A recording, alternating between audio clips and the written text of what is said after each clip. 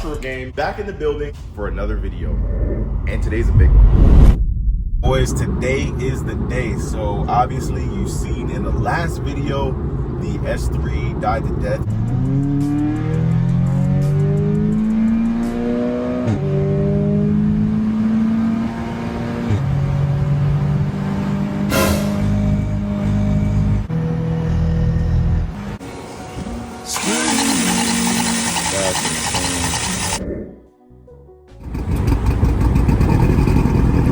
Waiting for an Uber. Well, boys, let's see what the problem is. Fault code: cylinder disabling, engine oil temp too high, lambda sensor, bank 1, sensor 1, cylinder 4 misfire detected, cylinder 2 misfire detected. We lost cylinder number 4. There were some things that happened along the way. There's a few lambda situations that were not addressed. Could have been potentially a bad O2 sensor or a pair of bad O2 sensors that were giving false readings back to the computer. Today we're going to be assembling the motor to go in the S3 and hopefully dropping it in the car. So you guys stay tuned for that. But yeah, we're gonna hop straight into the video, and I appreciate you guys for watching. Now, this was a whole lot more difficult than I originally anticipated, purely because tearing down the engine that I thought I was going to put in the car didn't go to plan. I had a Gen 4 EA888 engine that I tore down and was hoping to do a retrofit / update to the Gen 3 / S3. Unfortunately, some of the components didn't match, and it's not a direct swap. We just dropped off the con rods at the machine shop to get milled down. We're doing something really cool with this build, so you guys stay tuned. Next thing is just going to be assembling the motor and then tearing down the S3 to put in the built motor. So let's get straight to it. All right, so we'll be removing the front clip from the car just to get better access to all of the accessories that have to be removed to get the motor out of the engine bay. Obviously, you have to take off the wheels and the front bumper cover, headlamp, and core support to get the motor out of there. So we knocked that out extremely quickly and moved into a day 2 where we can focus strictly on removing the motor from the car.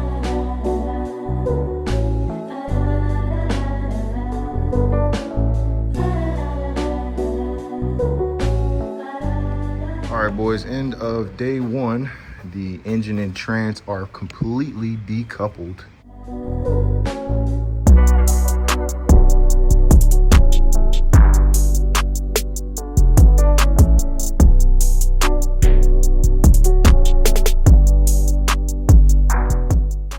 Alrighty, so all of the coolant lines that are on the back side of the motor have been disconnected from like the turbo and the firewall.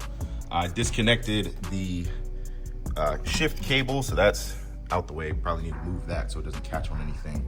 All of the coolant lines, and for you guys that know about the S and R cars, they have a ton of auxiliary radiators and extra hosing. Obviously our AC stuff is disconnected. Some of the charge pipes were needed, or needed to be removed to be able to pull this out all in one piece.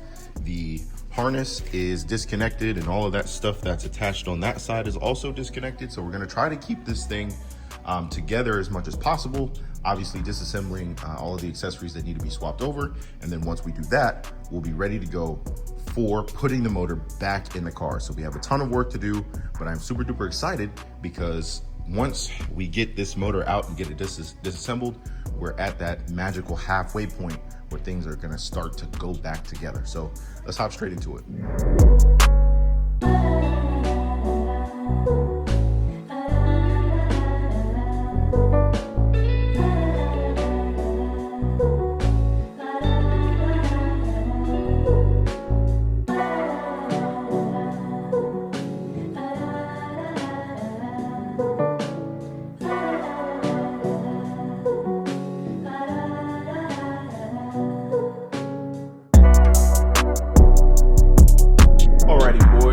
Today, we are pulling the motor out of the S3. Now, I've fully disassembled everything around the engine that actually physically holds it in the car, excluding the driver's side and passenger side motor mounts. So we're gonna get to those now and crane the engine out of the car so that we can start swapping parts from the old motor to the new motor.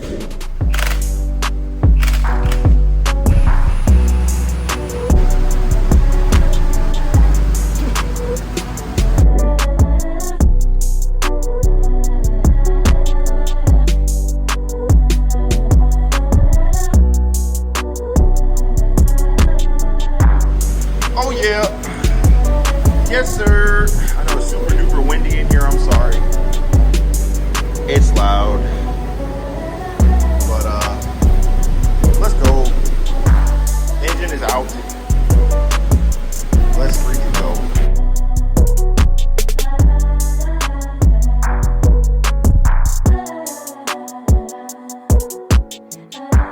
Now the last phase in dealing with this broken engine is removing the valve cover, turbo, oil lines and coolant lines that go to the turbo, high pressure fuel pump and vacuum pump, timing chain components, and then finally getting to those head bolts that is going to allow us to separate the cylinder head from the block to assess the damage that was caused by that pull. Now, I must say that it is about 10 times easier to do this job with the engine out of the vehicle as opposed to when it's in the vehicle. Swapping the cylinder head is a job that we did on the A3 previously on the channel, and it was excruciatingly time consuming. However, when you do it on the ground like this, you'll be done within an hour to 2 hours of starting. And what is absolutely amazing to me is the irony and the similarity between the S3 and the A3. The A3 melted cylinder number 4 in almost the exact same spot, cracking the side of the piston and blowing out the ringland and piston ring. And as you can see here, the S3 engine took the exact same exit strategy to put us in this situation. So let's start building up the built motor, put it in the car, and hopefully get back to ripping on this wonderful platform. All right, boys, day 2 is in the books. I am sweaty, but we were able to get the motor disassembled, the broken one, and then we're gonna start the reassembly of the good one. So that is going to be in the next video.